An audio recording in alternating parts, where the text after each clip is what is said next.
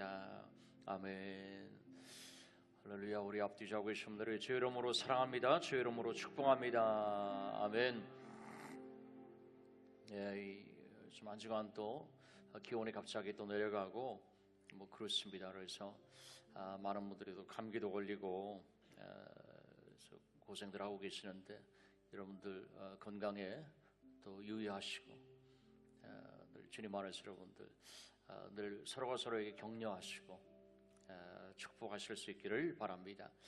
오늘 하나님께서 우리에게 주시는 말씀 우리 같이 한번 봉독합니다. 여호수아서 1장 우리 1절의 4절입니다. 우리 같이 한번 말씀을 봉독하겠습니다.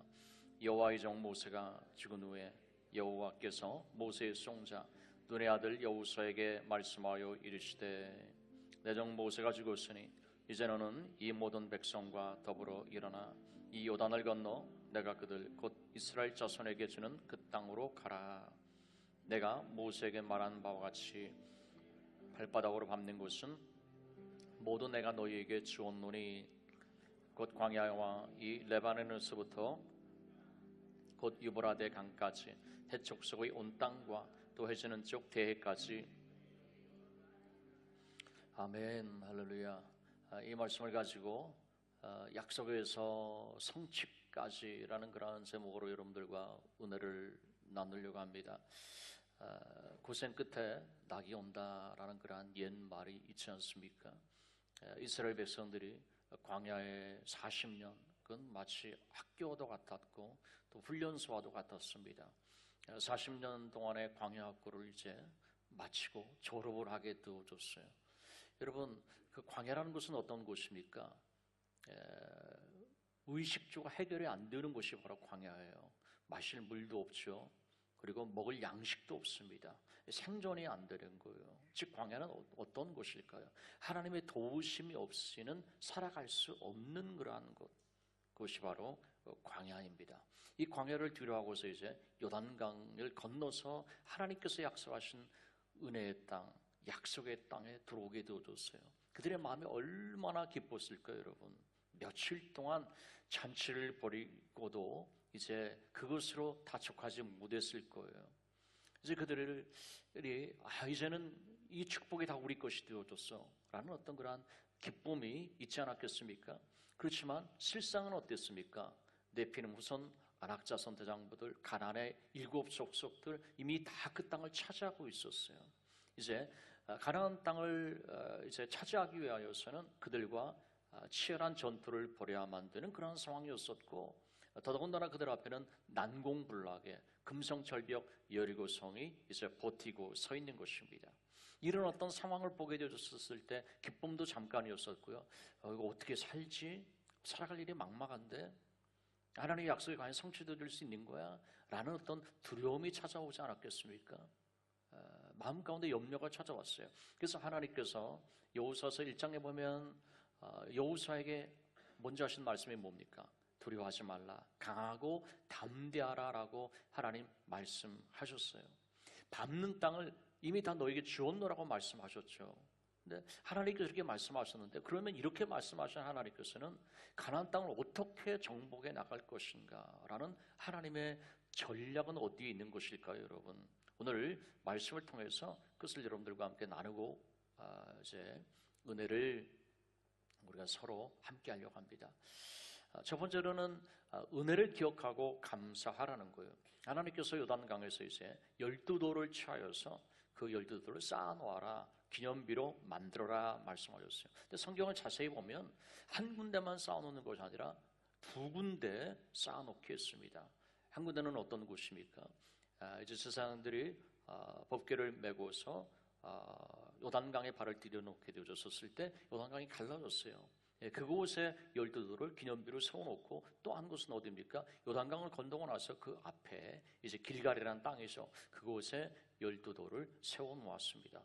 왜 한 군데만 해도 되는데 왜 하필 2군데에 기념비를 세웠을까요, 여러분? 반복해서 하나님 말씀하실 때도 굉장히 중요한 것, 굉장히 중요한 사건이라는 거예요. 너희가 인생을 앞으로 살아가는 데 있어서 굉장히 중요한 것이다 라는 의미가 있습니다. 근데 그 2가지 의미가 뭘까요? 오늘 여호수아서 4장 24절에 그것에 대한 해답을 주고 있습니다. 우리 같이 한번 읽습니다.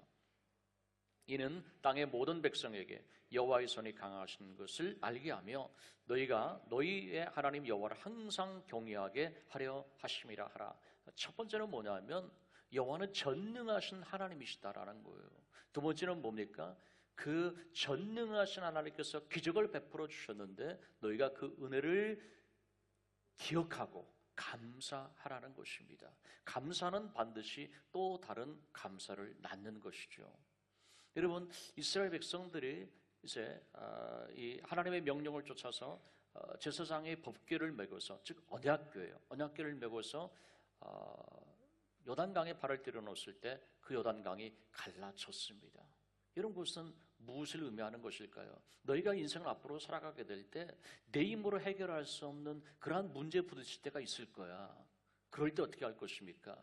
법궤를, 즉 언약궤를 메었을 때 요단강이 갈라졌던 것처럼 하나님의 약속의 말씀을 의지하고 너희가 전진해 나간다면 퇴보하지 아니하고 뒤로 가지 아니하고 약속의 말씀을 붙잡고 믿음으로 전진해 나간다면 반드시 그 문제는 해결되어질 거야 라는 것입니다.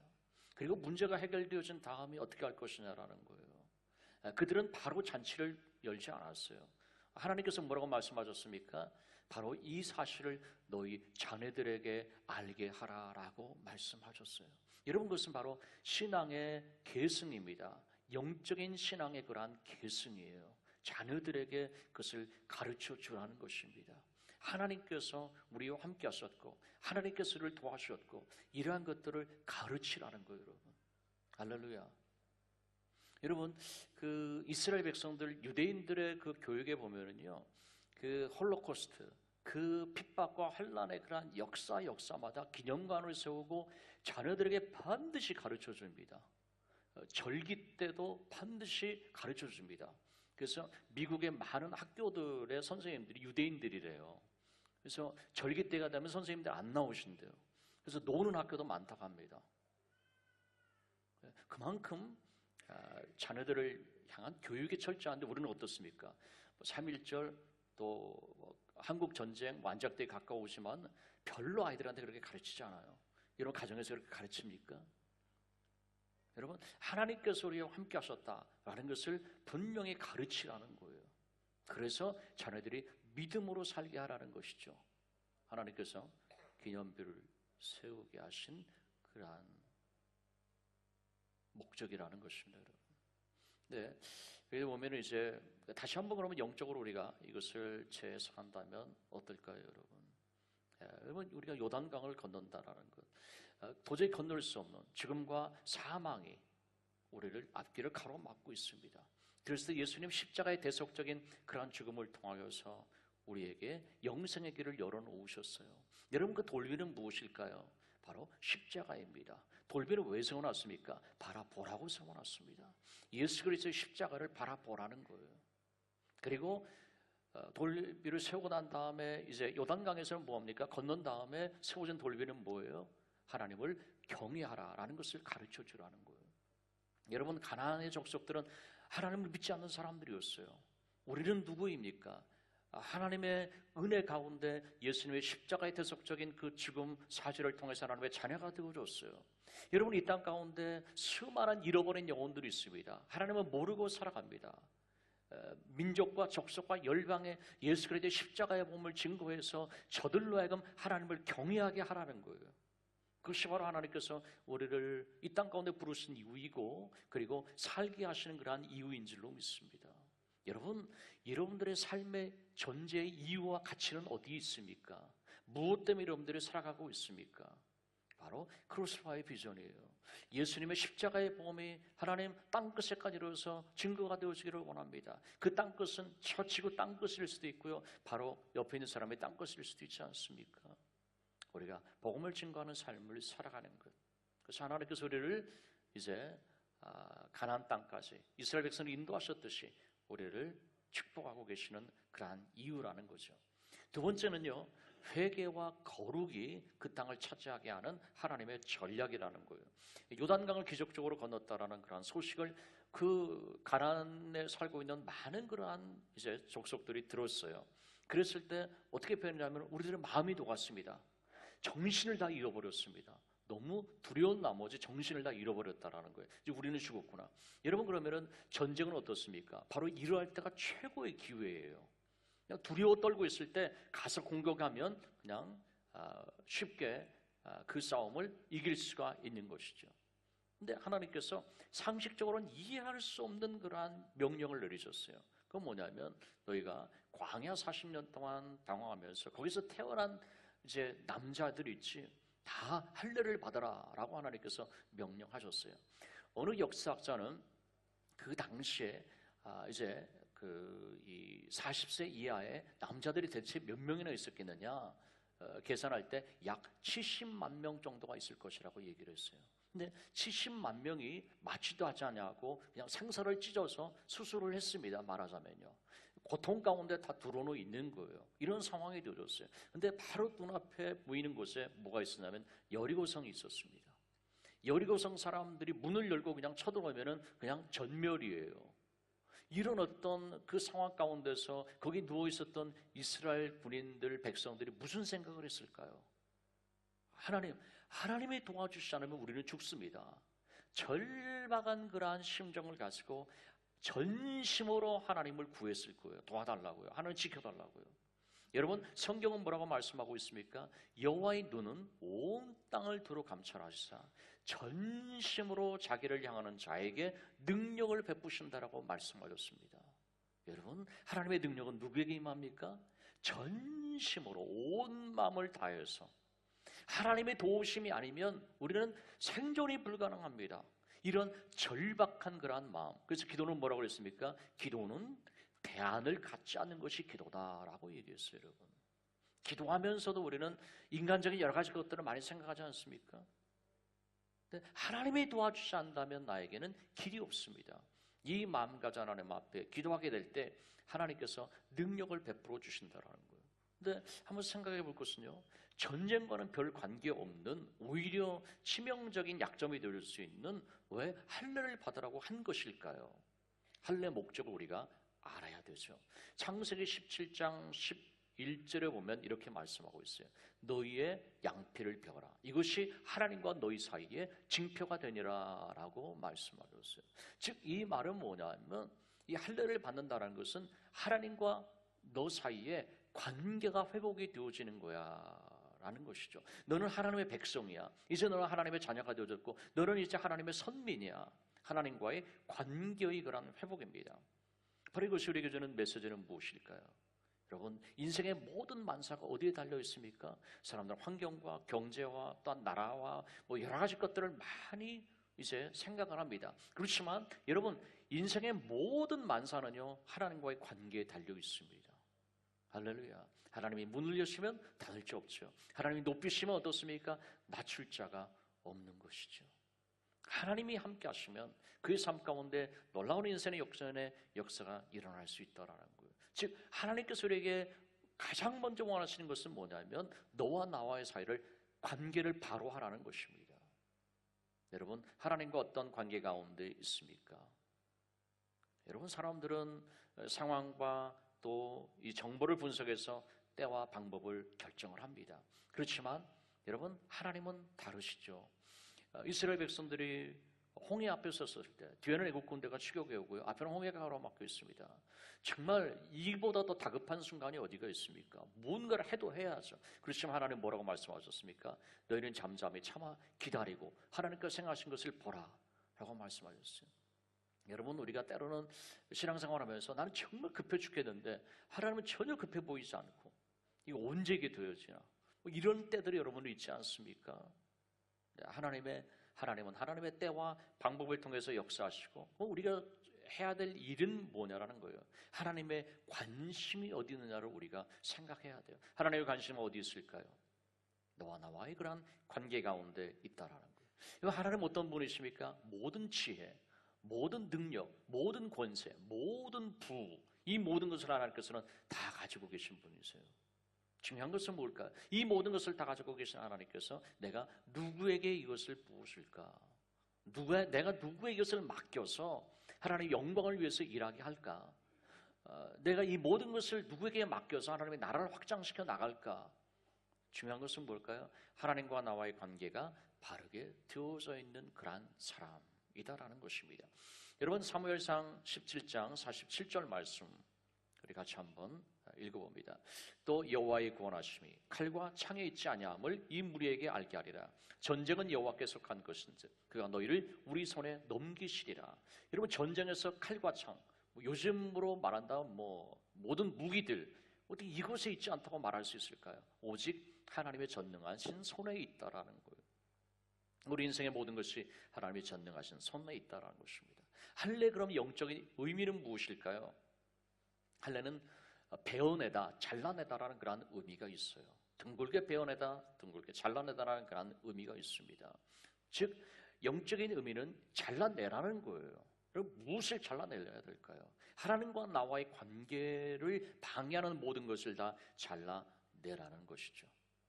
여러분, 하나님께서 이스라엘 백성들을 요단강을 건너게 하셨고 가나안 땅을 보여주면서 이게 다 너희 거야라고 약속하셨는데 새 일과 새 역사예요.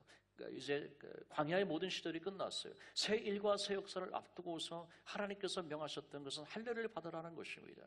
여러분 인생 가운데 정말 하나님, 저의 삶 가운데도 새로운 하나님의 역사가 필요합니다. 하나님의 도우심이 필요합니다. 하나님, 나의 삶이 좀 변화되어졌어요. 이 모습 이대로 하나님 그냥 살다가 지나온 10년, 20년처럼 살다가 빈손 들고 제가 주님 앞에 설 수는 없잖아요.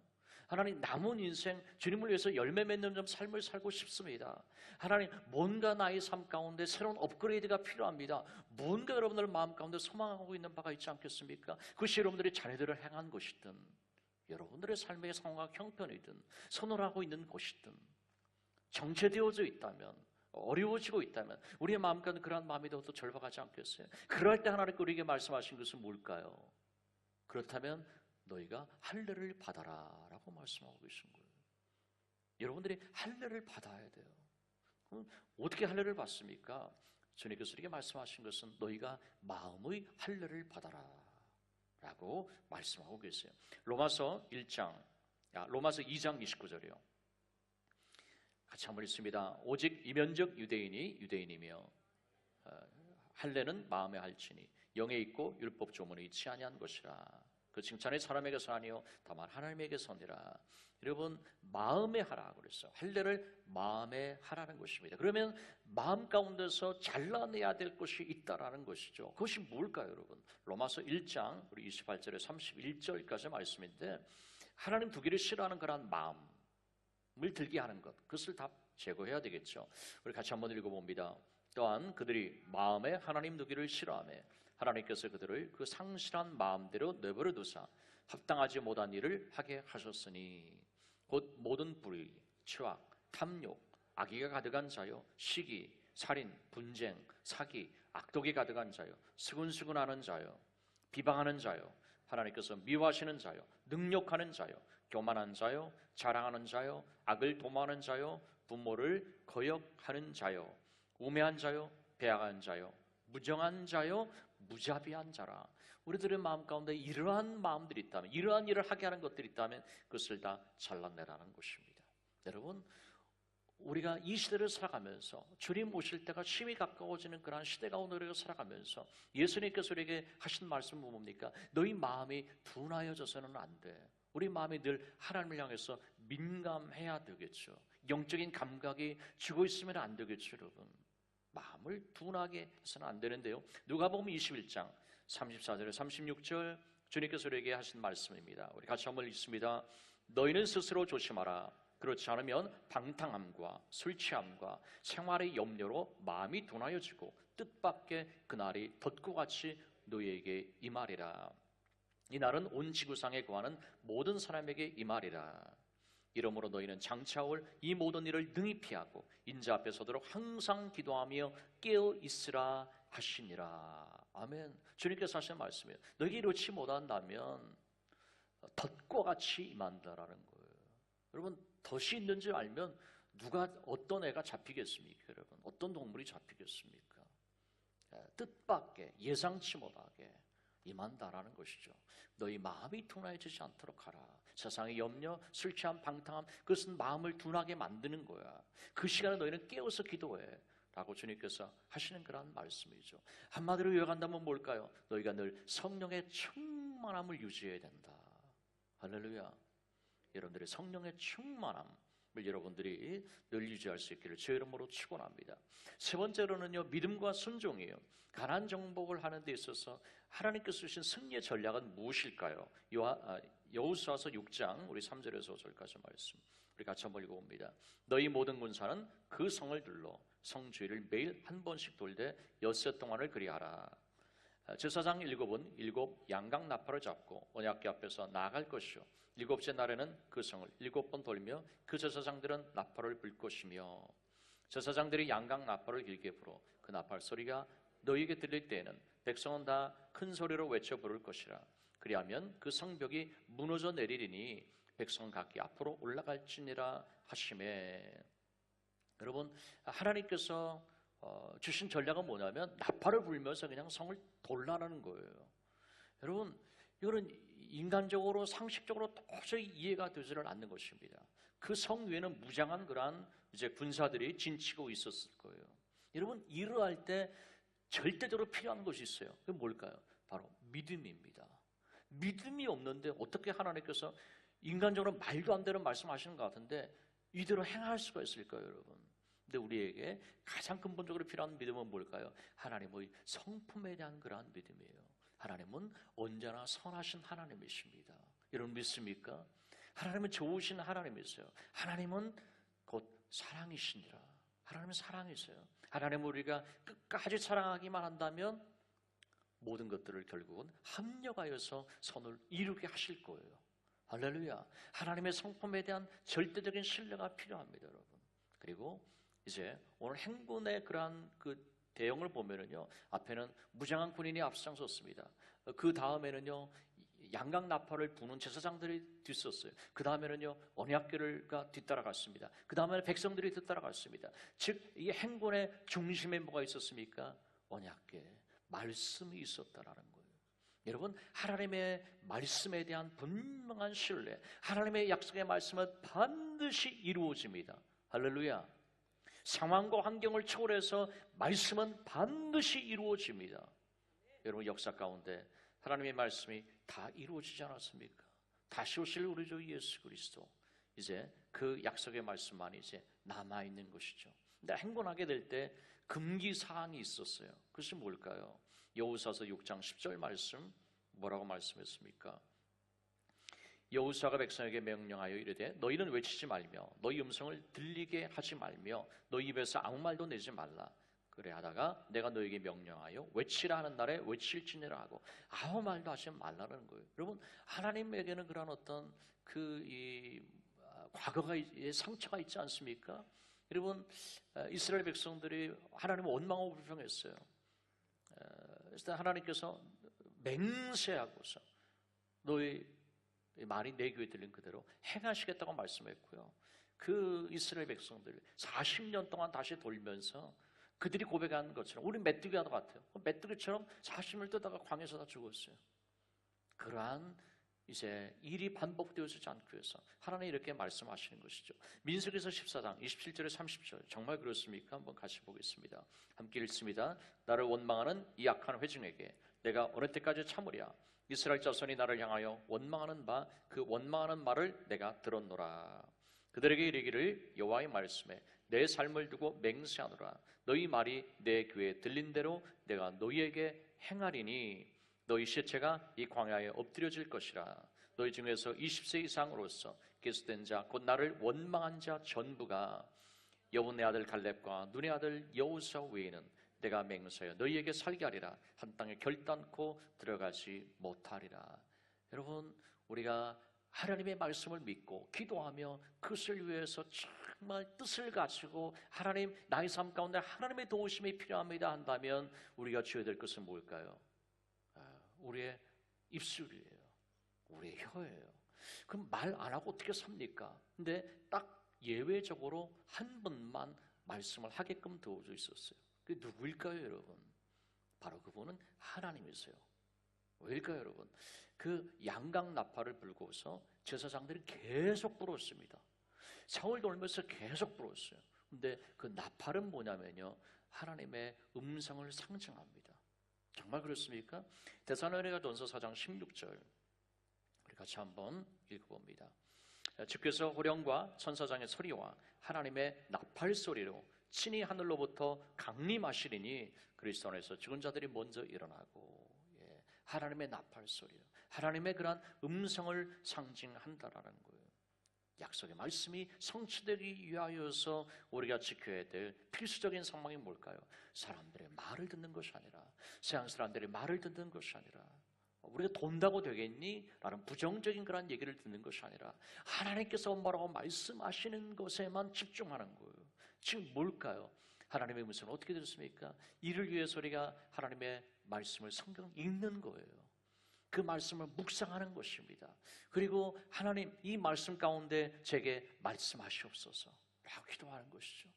여러분, 그때 성을 돌 때 6일 동안 한 바퀴씩 돌았고요, 7일째는 7번 돌았습니다. 그리고 함성을 외쳤습니다. 7일 동안 돌고 7일째 7바퀴 돌고, 이게 마지막이었었죠.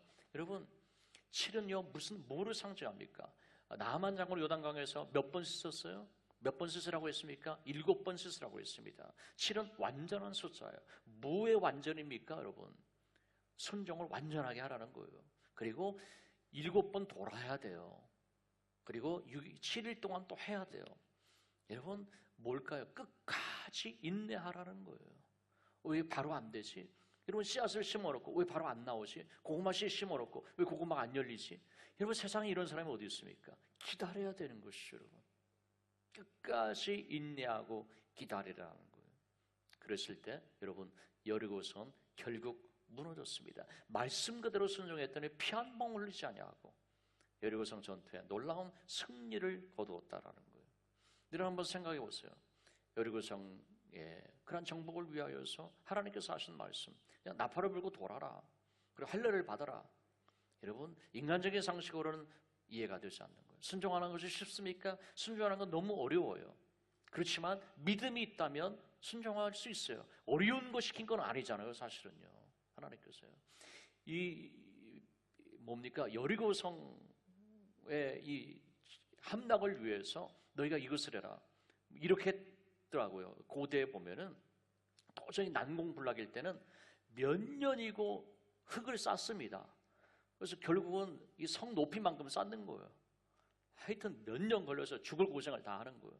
그럼 이렇게 하지 않고 그냥 돌기만 하라는데 이것보다 세상에 쉬운 일이 어디 있습니까? 사실은 쉬운 거예요, 보면요. 근데 믿음이 없으면 이해가 안 되기 때문에 어려운 거예요. 중요한 것은 뭘까요? 우리가 주 안에서 하나님 말씀하신 그것을 내 이성으로 판단하기 이전에 하나님은 전능하신 하나님이십니다. 하나님께서 행하시옵소서. 다만 내가 순종합니다.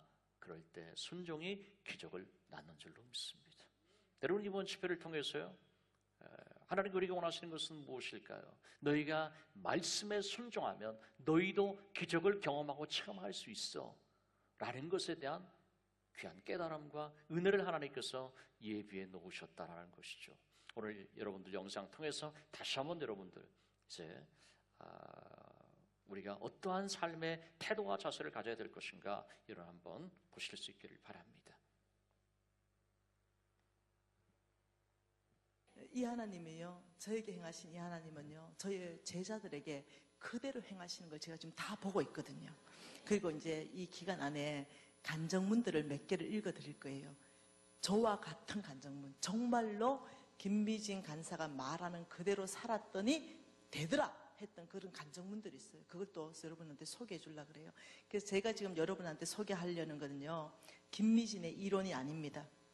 네, 어떤 김미진의 경험에 저는 간정 집회를 하러 온 거 아닙니다. 예. 자, 여러분 한번 봐보십시다. 물어보고 싶어요. 여러분, 전 세계에서 최고 뛰어난 책 1등에서 100등까지 뽑아요. 전 세계에서 가장 뛰어난 책 1등에서 100등까지 뽑는 거죠. 네, 베스트셀러. 네. 뭘까요? 1등. 성경이면 내가 물었겠나? 네. 여러분, 성경 이래 답할 줄 알았어. 해리포터지, 해리포터. 왜 그럴까요? 1등이 아닌 거예요. 여러분, 이거는 제가 기반을 놓고 싶어서 그래요. 여기에 전체의 저자가 누굽니까? 사람이에요.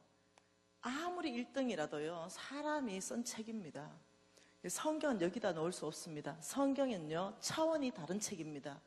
저자가 누구냐면요, 저자가 살아계신 하나님이십니다. 그래서 이 1등과 여기의 차이는요, 하늘과 땅, 도저히 격차를 줄일 수 없는 차이라는 거 아셔야 됩니다. 성경의 위치와 권위는 여기에 있는 것이 아니라는 거죠. 그래서 제가 여러분에게 나눌 말은 여기에 있는 책을 가지고 보겠다는 거예요. 하나님의 말씀. 근데 저는 경영학과를 공부했다 그랬죠. 다시 말하면 여기에서 말하는 경영학 이론은 이 경영학 이론 제가 공부 다 했겠죠. 그래서 여기서 말하는 경영학 이론과 여러분 성경 안에서 하나님이 말씀하는 경영학 이론이 있다는 것이에요. 여러분 성경을 읽어보세요. 하나님이 어떻게 돈을 벌고 어떻게 돈을 쓰라, 어떻게 할 때 돈이 많이 너희들에게 내가 줄 것이고 어떻게 하면 돈을 잃을 것이라는 것이 여기에 다 있다는 거예요. 저는 몰랐어요. 성경을 200번씩이나 읽으면서도 그걸 몰랐다는 거예요. 여러분 저는 성경이 거의 1년 정도 되면 너덜너덜해집니다. 매년 다시 사야 됩니다. 왜? 워낙 많이 읽어가지고. 그래서 여러분한테 말씀드릴 것은요, 이 경영학 이론과 사람이 쓴 경영학 이론과 하나님이 직접 쓰신 이 경영학 이론이 극과 극이라는 사실이에요.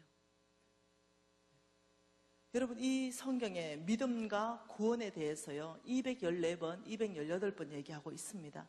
근데 돈, 재물, 돈에 대해서는 3000번 얘기하고 있습니다. 그러니까 성경에는요 믿음과 구원보다도요 돈에 대해서 10배 이상을 더 많이 말하고 있어요. 믿음과 구원보다 중요한 건 아니에요. 그렇지만 여러분 돈에 대해서 우리가 알지 못하면 절대로 안 되고 심각한 일이 발생하기 때문에 돈에 대해서 3000번을 얘기하는데 교회에서 이제까지 돈에 대해서 가르치는 걸 많이 안 했어요. 그러다 보니까 어떠냐면은 이 교인들이요 돈의 노예가 돼버린 거죠. 돈이 잡혀버린 거죠. 돈이 장악하기 시작했습니다. 그래서 다시 교회 안에서 돈 얘기는 많이 가르쳐야 됩니다. 성경적으로. 그래야 우리가 돈을 노예로 장악할 수 있습니다. 그래서 이 4일 동안 3000번 구절 안에서 하나님이 말하는 경영학 이론, 이것이 뭐냐? 한 가지만 딱 볼까요? 제가 여기서 배울 때 경영학 이론에서요, 왜 돈을 버는가? 이 주제를 배운 적이 있습니다. 왜 돈을 버는가? 이 주제. 그 주제는요, 뭐 고상하게 아무리 포장해도 결론은 이겁니다. 너가 더 윤택한 삶을 살기 위해서. 이겁니다. 결국은. 뭐 고상한 말로 포장을 많이 하긴 많이 해. 근데 결국은 너가 너의 비전과 목표를 성취하고 너가 더 높은 권위를 발휘하고 이 돈이 너를 지위를 높여주고 하여튼 그래요. 한마디로 딱 말하면 너는 이 돈으로 인해서 굉장히 윤택한 삶을 살게 될 거다. 뭐 이런 거예요. 경영학 이론이. 그래서 어떻게 경영할 것인가, 무엇을 할 것인가, 뭐 이런 거 배워요. 근데요, 그거 하나만 딱 해도 에베소서 4장 안 찾습니다. 나중에 찾아보세요. 에베소서 4장 28절만 보더라도 하나님께서는 돈 버는 이유를 명확하게 말씀했는데 이렇게 말합니다. 너의 선한 이 수고, 돈 버는 수고를 말합니다. 그 하는 이유가 뭔지 아느냐 하면서 가난한 자를 위하여 네가 선한 수고를 해라 이렇게 말합니다. 다시 말하면요, 이쪽에서 말하는 경영학 이론, 네가 돈 많이 벌어가 네 하나 잘 먹고 잘 사면 된다라고 가르친다면요, 이쪽에서는 뭐라냐면 네 하나 잘 먹고 잘 사는 것이 아니라 내가 너에게 재물을 많이 주어서 내가 너를 통해서 가난한 자들에게 흘러가게 하겠다. 달라요. 여기서는 돈 버는 목적을 가난한 자들에게 주기 위해서 내가 너에게 재물을 줄 것이다 이렇게 말한다면 여기서는 다르게 말한다는 거죠. 여기에서는 이렇게 말합니다. 경영학 방법을 쭉 얘기합니다. 네가 네 능력을 어디까지 개발해라. 능력을 얘기합니다. 학벌 얘기합니다. 학벌. 그리고 관계 안에 이 라인 있죠. 좋은 사람과 연결되는 것이 얼마나 놀라운 어떤 시너지 효과를 내는지 이런 것들을 얘기합니다. 그리고 관계를 어떻게 할 것인가, 사람과의 관계. 그래서 그것도 배웁니다. 그리고 너의 능력을 어떻게 정강시킬 것인가 이거 배웁니다. 예, 그리고 너에 있는 그 스펙트를 어떻게 이용할 것인지 모든 걸 배워요. 근데요, 하나님은요, 그 모든 걸 밀어버렸습니다. 그게 돈 버는 게 아니다. 돈은 톱다운입니다. 내가 줄 것이다, 이겁니다. 뭐뭐 성경이 말하는 것은 톱다운이에요. 그리고 이렇게 말합니다. 나는 학벌 안 본다. 나는 인물 안 본다. 재력 안 본다. 너희 능력 더더욱 안 본다. 왜? 이 모든 건 나한테 있기 때문에. 하나님이 재물을 주신다 할 때는요, 몇 가지만 봅니다. 몇 가지. 그래서 이 4일 전체 안에서 하나님이 이런 사람에게 내가 재물을 이끌어갈 것이다. 이 몇 가지를 훈련하는 방법들을 좀 가르쳐주고 싶은 거예요. 저는 이 강의를 들었을 때 굉장한 충격을 받습니다. 왜? 저는 경영학으로 똘똘 뭉쳐 있었기 때문에 이런 사고가 없었거든요. 하나님이 톱다운으로 재물을 주신다는 이런 사고가 없었습니다.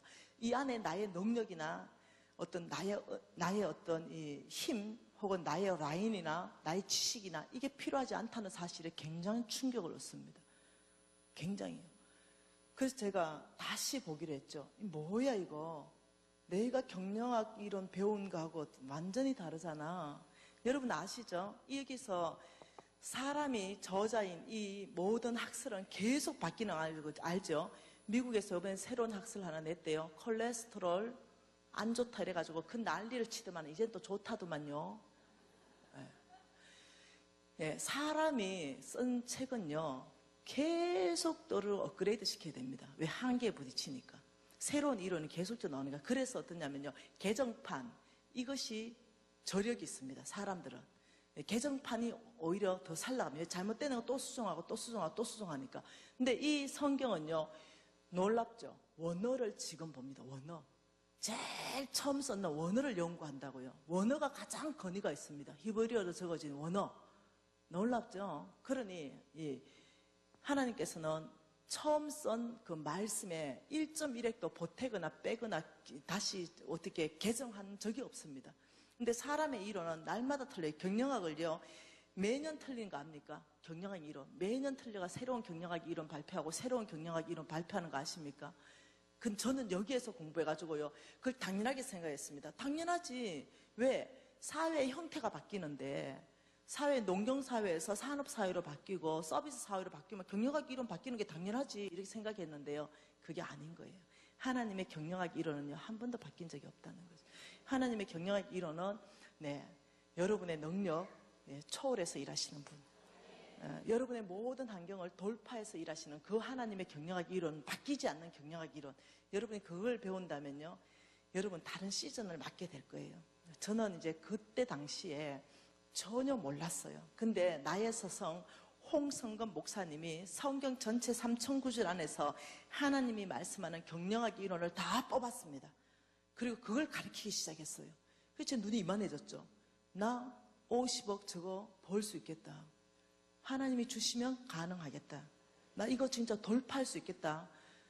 근데요 돌파됐습니다. 그리고 지금은 5,000명의 아이를 먹이고 있습니다. 교회 100개 짓는 게 꿈이었는데 지난년까지 80개 지었습니다. 너무너무 감사한 거죠. 지금은 이제 기업체가 3개 있는데요.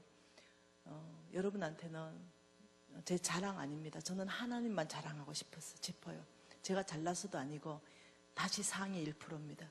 하나님이 그렇게 해주셨습니다.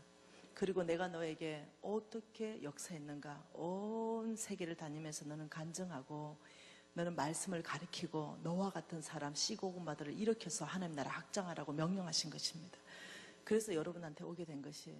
그래서 저는 이제까지 정말로 저의 어떤 잘남 자체가 없기 때문에요 자랑할 게 없습니다. 제가 자랑할 건 저의 정말 연약한 거, 못난 거, 부끄러운 과거밖에 없어요. 근데 하나님이 얼마나 놀랍게 일하셨는가 제가 4일간 우리 하나님을 마음껏 자랑하고 싶어요.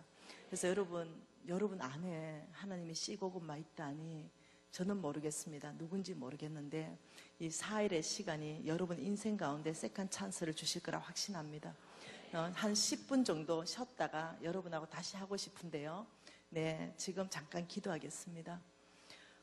여러분 하나님께서 이렇게 말했습니다. 좋은 땅에 심어라 이렇게 말했거든요. 그래서 여러분이 말씀 듣는 자세를 좋은 땅으로 바꾸시면 좋을 것 같아요. 네, 이 말씀이 정말로 성경적이라면 여러분이요, 아멘으로 동의하세요. 성경적이지 않다면 아마 담임 목사님이 제재를 하실 것입니다. 그러니 여러분이 저 말씀이 정말 하나님의 말씀이다 이럴 때는요, 아멘, 아버지 저도 저렇게 살겠습니다, 이렇게 결정하는 것이 좋은 땅입니다. 여러분이 하나님한테 요청하세요. 아버지 제 마음을 부드럽게 해주시고 아버지 이 동기를 정말 순수하게 해주셔서 하나님 말씀을 이분은 이제 다음 주 목요일부터 이 자리에서 말씀을 증거하실 것입니다. 하나님께서 또 시고구마가 우리 가운데 있기 때문에 하나님께서 우리 교회 가운데로 보내신다는 거 분명히 믿습니다. 제가 말씀을 드린 충격을 좀 받았던 거는 저희가 21개국의 23명의 아이들, 한 명의 아이들을 위해서 한 달에 한 50불 정도가 들어갑니다. 그러면 한 사람이 5,000명을 한다라는 거예요. 너무 제가 충격적이었어요. 50불씩 5,000명이면 얼마일까? 그런 생각을 한번 계산을 한번 해봤습니다. 그거보다도 정말 인생의 가장 고통스러운 그 밑바닥에서 어떻게 이렇게 놀라운 인생의 역전의 역사가 일어날 수 있었을까? 그것은 하나님께서 하셨다라고밖에 할 수 없는 것이죠. 여러분, 다시 한번 우리가 오늘 말씀을 정리하면서요, 여러분, 우리 안에도 여리고성과 같은 견고한 진이 있다는 거 여러분 알고 계십니까? 세상의 어떤 가르침, 세상의 문화, 세상의 교육, 사람들의 그러한 말로 인하여서 나에게 생겨진 고정관념이 있다라는 거예요. 그리고 부정적인 어떤 그 생각이 굳어져 있는 어떤 그러한 고정관념이 있는 것이죠.